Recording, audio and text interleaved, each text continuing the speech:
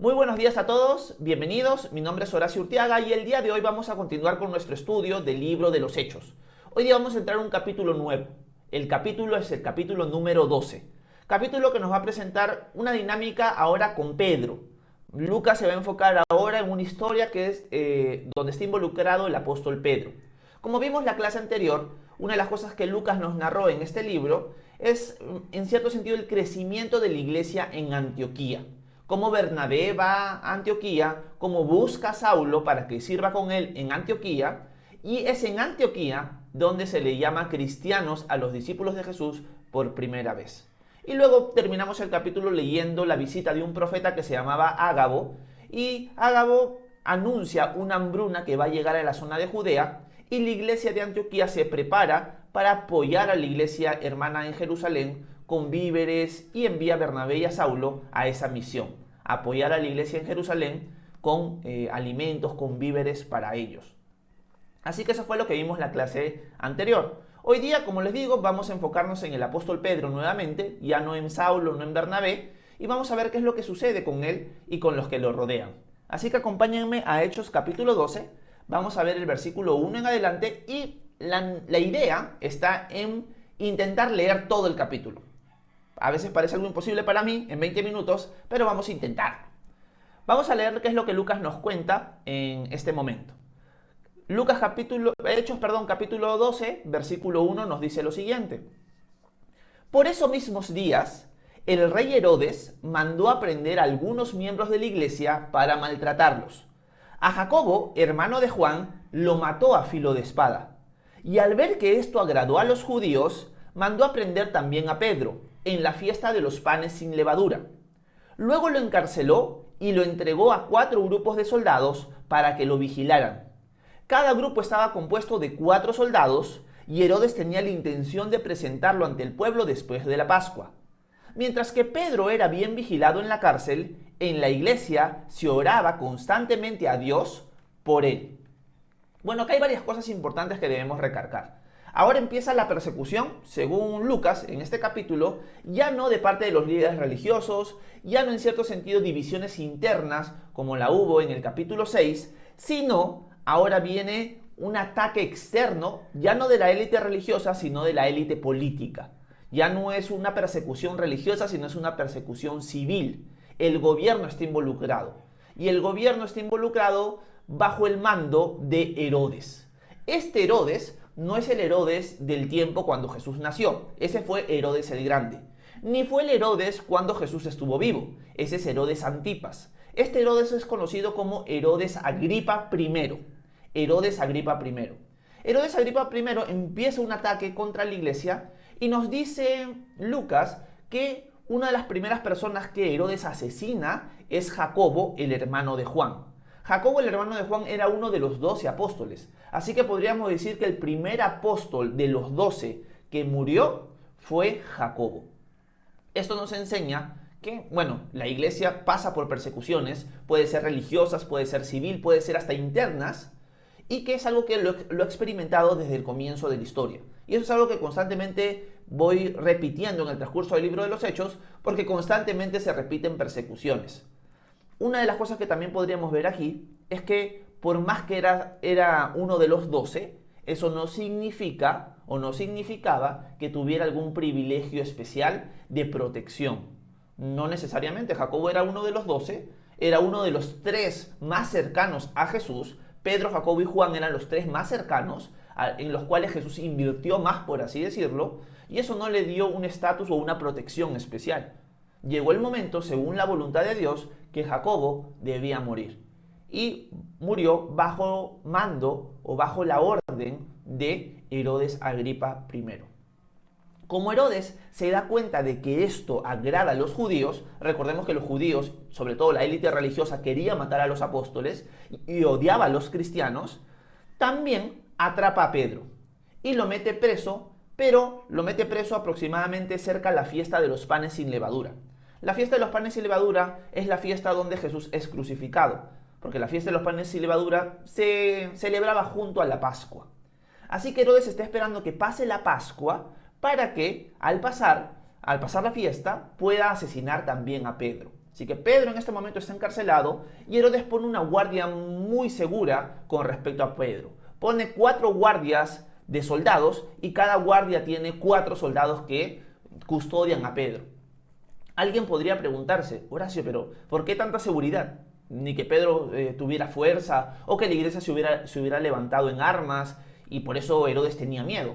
Pero Herodes ya recordaba, y lo más probable es que las noticias se dispersaron rápidamente, que en Hechos capítulo 5, cuando los apóstoles, los 12, son apresados, Dios envía un ángel que les abre las puertas de la cárcel y ellos pueden huir de la cárcel. Así que Herodes, sabiendo que ya los apóstoles tienen fama de haber huido o de haber sido liberados de alguna manera de la cárcel, pone 4 guardias de soldados, donde va a tener Pedro atado a él 2 soldados, uno en cada mano con cadenas y uno en la puerta y otro más adelante. Van a ser 4 soldados que van a custodiar al apóstol Pedro en cada turno. Van a haber 4 turnos y 4 soldados que lo custodian.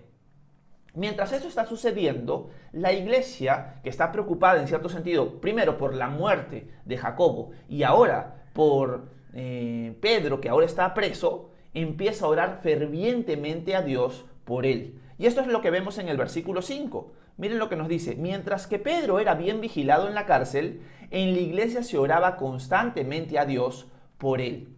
La idea de constantemente a Dios por él en el original es como fervientemente, tiene la idea de alguien que se estira con todas sus fuerzas para alcanzar algo. En otras palabras, la iglesia está orando fervientemente, tratando de alcanzar a Dios como sea, pidiendo a Dios en favor de Pedro. Y acá vemos un contraste bien interesante, ¿no? Herodes está buscando atrapar a Pedro por medio de soldados, por medio de prisiones, pero la iglesia no está buscando una solución humana, por así decirlo. No está saliendo a hacer una marcha, no está saliendo a protestar para que Pedro sea liberado. En esa época era prácticamente imposible hacer eso porque te iban a reducir rápidamente los soldados romanos. O sea, no era algo sencillo, no era algo políticamente correcto, no habían derechos civiles, por así decirlo, para que la iglesia hiciera eso. Pero la iglesia no necesita hacerlo. Lo que la iglesia necesita es clamar al Dios vivo y verdadero, al Todopoderoso. Y eso es lo que la iglesia está haciendo. Y este capítulo va a girar en torno al poder de la oración. La iglesia ve un problema, la iglesia ora por eso. La iglesia no busca solucionarlo con sus fuerzas. La iglesia clama a Dios, porque Él es el único que puede liberarnos o los puede librar de cualquier tormenta o de cualquier situación. Así que la iglesia tiene el enfoque correcto en este momento. Pedro está preso, vamos a clamar al Señor. Dios quiera liberarlo. Y eso es lo que vamos a ver a continuación. Cómo Dios responde la oración de la iglesia clamando fervientemente a Él. Veamos a continuación qué es lo que Lucas nos sigue narrando. Versículo 6. La noche en que Herodes lo iba a sacar, Pedro estaba durmiendo entre 2 soldados, sujeto con 2 cadenas, y frente a la puerta había también guardias que vigilaban la cárcel. De pronto, una luz iluminó la cárcel y apareció un ángel del Señor, el cual tocó a Pedro en el costado para despertarlo y le dijo: «Deprisa, levántate».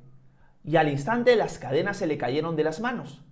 Entonces el ángel le dijo: «Recoge tu ropa y átate las sandalias, envuélvete en tu manto y sígueme». Y Pedro obedeció. Salieron de la celda y Pedro lo siguió, aunque creía que lo que el ángel hacía era una visión. Pasaron la primera y la segunda guardia, y al llegar a la puerta de hierro que daba a la ciudad, ésta se abrió por sí misma.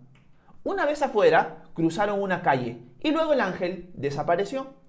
Entonces Pedro volvió en sí y dijo: «Ahora me doy cuenta de que en verdad el Señor envió su ángel para librarme de Herodes y de todo lo que el pueblo judío esperaba hacer». Me encanta este pasaje porque Pedro está preso, Pedro está encadenado, Pedro sabe que lo más probable es que al día siguiente vaya a morir, pero ¿cómo encontramos a Pedro? Lo encontramos preocupado, lo encontramos angustiado, lo encontramos pidiendo misericordia a los soldados. No. ¿Cómo encontramos a Pedro? Lo encontramos dormido. Y en cierto sentido, el hecho de que Pedro esté dormido nos muestra a nosotros la paz y la tranquilidad que tenía él. La confianza de Pedro no estaba en él mismo o en sus fuerzas, estaba en el Señor.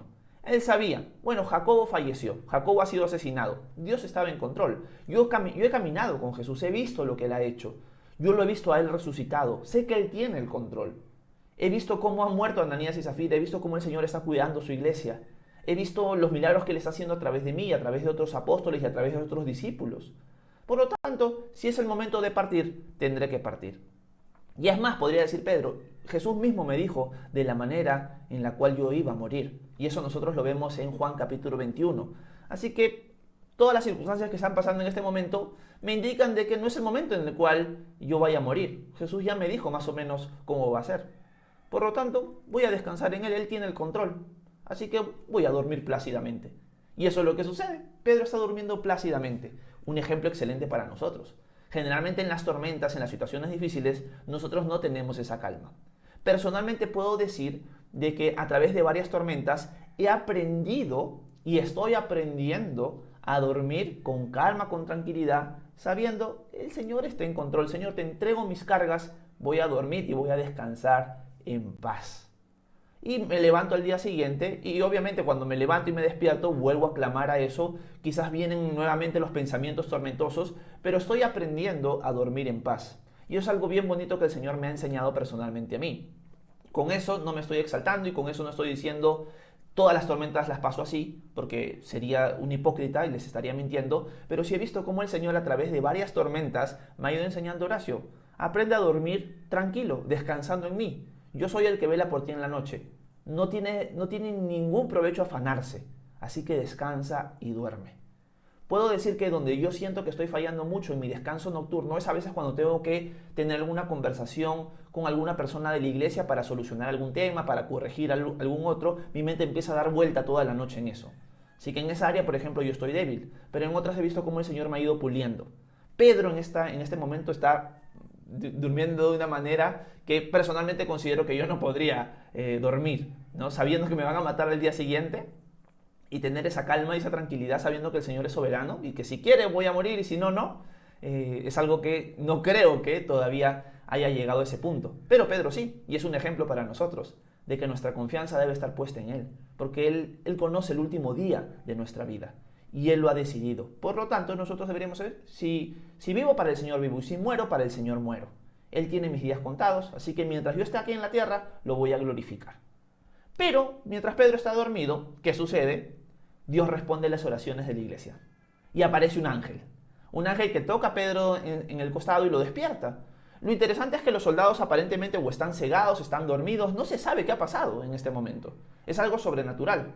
Pedro se despierta, las cadenas de sus manos caen, el ángel le dice, recoge tus cosas, sígueme, y Pedro empieza a seguir al ángel. Pedro en el fondo piensa, estoy viendo una visión, no entiendo qué está pasando. Y las puertas se abren de par en par solas, y Pedro y el ángel salen fuera de la cárcel y cruzan la calle y luego el ángel desaparece. Cuando el ángel desaparece, Pedro se da cuenta, realmente el Señor envió su ángel para librarme de todo lo que Herodes y los judíos querían hacer conmigo. Aquí vemos claramente el poder de la oración. Sí, la iglesia quizás pudo tratar de resolver la situación de una manera humana, pero la mejor forma de solucionar la situación es primero clamando al Señor. Y en este caso estamos viendo cómo Dios responde sobrenaturalmente la oración que la iglesia le está haciendo. Acá podría surgir una pregunta. La pregunta podría ser la siguiente. Oración. ¿Por qué es que el Señor respondió la oración de la iglesia para salvar a Pedro, pero no para Jacobo? Porque Jacobo muere y lo más probable es que la iglesia también oró por Jacobo. Realmente no se nos dice, ¿no? Pero podría ser que sí. ¿Por qué es que Dios permitió que Jacobo muriera y que Pedro fuera rescatado? ¿Qué pasó aquí? Y la respuesta que podemos dar a eso es, no lo sabemos. No hay nada que nos diga en la Escritura del por qué Dios permite una cosa y permite otra. Sabemos que al final Dios usa todo para bien en nuestra vida. Y lo que quizás el Señor está enseñando a través de todo esto es que Él tiene los designios de cuándo nosotros partimos y cuándo nosotros vamos a ser librados. Porque al final es su voluntad. Cuando Jesús estuvo aquí en la tierra, dijo, Padre, que no se haga mi voluntad sino la tuya. Si quieres que pase de mí esta copa, pero que no se haga mi voluntad sino la tuya. Y en cierto sentido es lo que está pasando acá. Está pasando la voluntad de Dios. La voluntad de Dios fue que Jacobo fuera a su presencia y Pedro todavía no. Así que en cierto sentido lo que tenemos que reconocer es que los caminos de Dios son más altos que los nuestros y sus pensamientos también. Y lo que tenemos que hacer es decir, el Señor es soberano, Él tiene el control, Él decide las cosas para nuestro bien, aunque no nos parezcan en ese momento. Así que fue por el designio y la voluntad de Dios que Jacobo partiera y Pedro no. No hay más respuesta que esa. Así que esa es una respuesta a una pregunta que podría surgir cuando leemos este pasaje. Me gusta también porque las puertas de la cárcel se abren de par en par y se abren solas, ¿no? Y me puse a pensar, y también lo leí en algún comentario por ahí, de que es bonito ver cómo Dios es el que abre las puertas. Cuando nosotros tratamos de abrir las puertas que se presentan en nuestra vida, vamos a ponerlo así, con nuestra fuerza, es a veces frustrante, porque a veces no se abren. Pero cuando Dios es el que las abre, las oportunidades, las situaciones, las circunstancias, que nosotros vemos Dios está abriendo esta puerta, es bonito ver porque no es en nuestro esfuerzo, es según su voluntad. Y en ese sentido las puertas se abren de par en par para que Pedro salga de la cárcel porque era la voluntad de Dios responder con un sí a la oración de la iglesia. Así que podríamos también agregar lo siguiente: Dios a veces responde sí, a veces responde no, a veces dice espera. Y es ahí donde tenemos que reconocer, el Señor es el que manda, no nosotros. El Señor me puede decir no a mi oración el día de hoy, pero Él es el Señor, Él es el que manda. Y en este caso lo vemos de esa manera. Así que vamos a seguir leyendo, ahora que Pedro está suelto, ahora que Pedro está libre, ¿qué es lo que Él hace? Vamos a ver a continuación ese texto. Versículo 12. Mientras Pedro pensaba así, llegó a casa de María, la madre de Juan, a quien todos conocían como Marcos. Muchos hermanos se habían reunido allí para orar. Cuando Pedro llamó a la puerta del patio, una muchacha llamada Rode salió a ver quién llamaba. Y al reconocer la voz de Pedro, se puso tan alegre que no abrió, sino que corrió a decir que Pedro estaba en la puerta. Ellos le dijeron que estaba loca, pero ante su insistencia, ellos dijeron: ha de ser su ángel. Mientras tanto, Pedro seguía llamando. Así que cuando abrieron y lo vieron, se quedaron atónitos. Pero Pedro les hizo señas con la mano para que callaran, y entonces les contó cómo el Señor lo había sacado de la cárcel y añadió: digan esto a Jacobo y a los hermanos. Luego salió y se fue a otro lugar. Bueno, acá Pedro va a buscar a la iglesia que está orando por él. La iglesia está orando en la casa de María, que es la mamá de Marcos, conocido como Juan Marcos. Juan Marcos es el autor del Evangelio según San Marcos. Su mamá era una mujer piadosa, lo más probable, y se reunían en su casa en las noches para orar. Así que Pedro va a esa casa, lo más probable es que era algo común que la iglesia se reuniera ahí, y toca la puerta. Cuando escuchan que tocan la puerta, una muchacha que se llama Rode pregunta: ¿sí? ¿Quién es? Y es Pedro el que contesta. Entonces la muchacha se emociona porque Dios ha contestado la oración. Y regresa feliz y contenta, pero se olvida de abrirle a Pedro. Cuando le cuenta a la iglesia: muchachos, dejen de orar un ratito, Pedro ha venido, Pedro está aquí, el Señor lo ha liberado. ¿Qué cree la iglesia? Que es una mentira. Está loca, le dicen. ¿Cómo Pedro va a ser? Y acá hay una lección importante. Si se dan cuenta, hay personas hoy en día, equivocadamente, que enseñan que para que Dios responda una oración, tú tienes que tener una fe, pero gigantesca. Te van a decir lo siguiente, y eso es una falsa enseñanza, y lo recalco nuevamente, es una falsa enseñanza. Dios no te ha sanado porque te falta fe.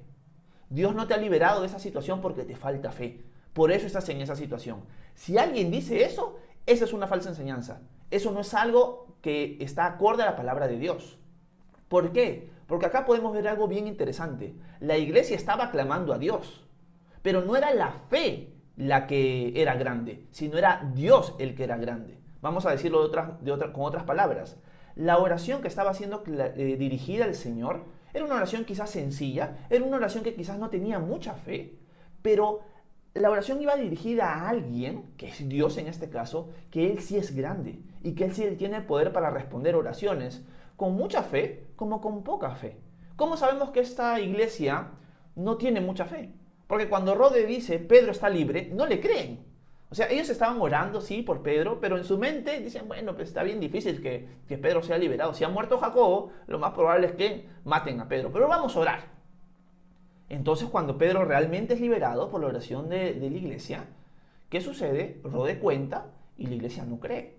Esto nos enseña una lección muy importante, que el Señor va a responder tu oración, sea con mucha fe, sea con poca fe. No pienses y no te condenes de que el Señor no te ha contestado, te ha dicho no, o porque te faltó fe. No. Nuestra fe, sea mucha o poca, está puesta en el Dios que sí es gigante, es grande y es todopoderoso. Por lo tanto, no te desanimes si el Señor no te está contestando. Quizás el Señor te está diciendo, espera, sigue orando, persevera en oración. O si el Señor te ha dicho no, porque Él es el Señor. Y Él decide cuándo te dice sí y cuándo te dice no, a pesar de tu fe. Sí, el Señor le agrada que tengas una fe fuerte y grande, y Él se va a encargar de pulirla. Pero el Señor no va a condicionar la respuesta a tus oraciones por tu fe. Eso es algo que ha surgido en el día de hoy en ciertas iglesias y están enseñando equivocadamente eso. La iglesia que está clamando por la liberación de Pedro en este momento no es una iglesia que tiene mucha fe. Por eso cuando lo escuchan tocar la puerta y cuando Rode confirma que es él, no le creen. Y luego dicen, bueno, será su ángel. Porque tenían la idea equivocada también, era una superstición, una tradición, que el ángel que cuidaba de ti, tu ángel guardián por así decirlo, tenía tu misma apariencia. Entonces dicen, debe ser su ángel, pues sí les he escuchado la misma voz. Entonces van, abren la puerta y es Pedro. Y Pedro los hace callar, que no hagan bulla, y les cuenta todo lo que ha pasado. Lo más probable es que la iglesia terminó glorificando a Dios en ese momento. ¡Wow! El Señor nos contestó. ¡Qué interesante! Y Pedro le dice, vayan y cuéntenle a Jacobo y a los hermanos todo lo que ha pasado, y luego él huye. Luego él sale de ahí. ¿Quién es este Jacobo? No es el Jacobo que ha sido asesinado, sino es el pastor principal de la iglesia de Jerusalén, que era el medio hermano de Jesús. Este es el más conocido como Santiago. Así que Pedro huye, y la lección que podemos ver en este texto es el poder de la oración, y que el Señor contesta en su tiempo, a su manera, a pesar de si nuestra fe es una fe sencilla o es una fe gigantesca. Así que tenemos que tener claro eso y empezar a clamar al Señor perseverantemente por las situaciones que estemos pasando. Este capítulo nos enseña eso. La oración es poderosa, no por ser la oración en sí misma poderosa, sino por a quién va dirigida. La oración es poderosa porque a quien se le ora, Él es poderoso. Eso tenemos que tenerlo muy claro. Y esta oración de la iglesia marcó una diferencia muy grande. Bueno, ya vamos más de 20 minutos en nuestro devocional y voy a terminar, no vamos a acabar el capítulo como siempre, ¿no? Yo quiero intentar algo y no se da. Y vamos a leer los últimos versículos de esta parte y ya mañana terminamos el capítulo. Dice lo siguiente: cuando amaneció, hubo mucho alboroto entre los soldados, pues no sabían qué había pasado con Pedro. Herodes lo buscó y como no lo halló, hizo interrogar a los guardias y luego ordenó que los mataran. Pedro, por su parte, salió de Judea y se fue a Cesarea, donde se quedó. Bueno, esta sección termina contándonos la muerte de los soldados, ¿no? Herodes va al día siguiente, quiere matar a Pedro, o en la mañana, y los soldados no saben qué ha pasado. Se interroga a los soldados y como los soldados no dan una respuesta satisfactoria, no se sabe qué ha pasado, ellos incumplen su labor de haber custodiado a Pedro y son asesinados. Y eso era algo normal en el Imperio Romano y es algo por lo cual nosotros sabemos que era imposible que los soldados se durmieran en la tumba de Jesús cuando Él resucitó. Hay aquellos que dicen, no, los soldados se durmieron y se robaron el cuerpo. Eso era imposible porque su vida dependía de eso. Un soldado que se quedaba dormido en su labor, lo más probable es que venía la pena de muerte para él. Y esto lo vemos cumplido en este momento. Los soldados no saben qué ha pasado y los soldados son asesinados por no haber custodiado a Pedro correctamente. Bueno, nosotros sabemos la verdad, nosotros sabemos que fue algo sobrenatural, pero eso es lo que Herodes ocasiona por no haber podido matar a Pedro. Bueno, espero que este texto, mañana ya terminamos el capítulo 12, se los prometo, espero que este texto haya sido de edificación para ustedes, que esto los anime a entender el poder de la oración y que ustedes empiecen a orar cada vez más. Jesús le dijo a sus discípulos, no han podido velar conmigo ni siquiera una hora. Y esto es una llamada de atención para nosotros. Nosotros que venimos siguiendo al Señor muchos más años que los discípulos, a veces no oramos ni siquiera una hora. Deberíamos buscar crecer en nuestros tiempos de oración. ¿Cómo crezco en mis tiempos de oración? Empezando a orar. A veces no crecemos en nuestros tiempos de oración porque no oramos. Yo los animo, a partir de hoy, enriquecer su vida de oración. Empezar a entender que el Señor contesta y lo que Él quiere es perseverancia en nuestras oraciones. Sea con una fe sencilla o con una fe gigantesca, lo que importa es que el Dios al que servimos y al que oramos es el gigantesco. Así que muchas gracias a todos los que han estado atentos. Ya saben que pueden dejar sus preguntas, sus comentarios, sus dudas, que con gusto voy a leerlos a continuación. Que Dios los bendiga a todos.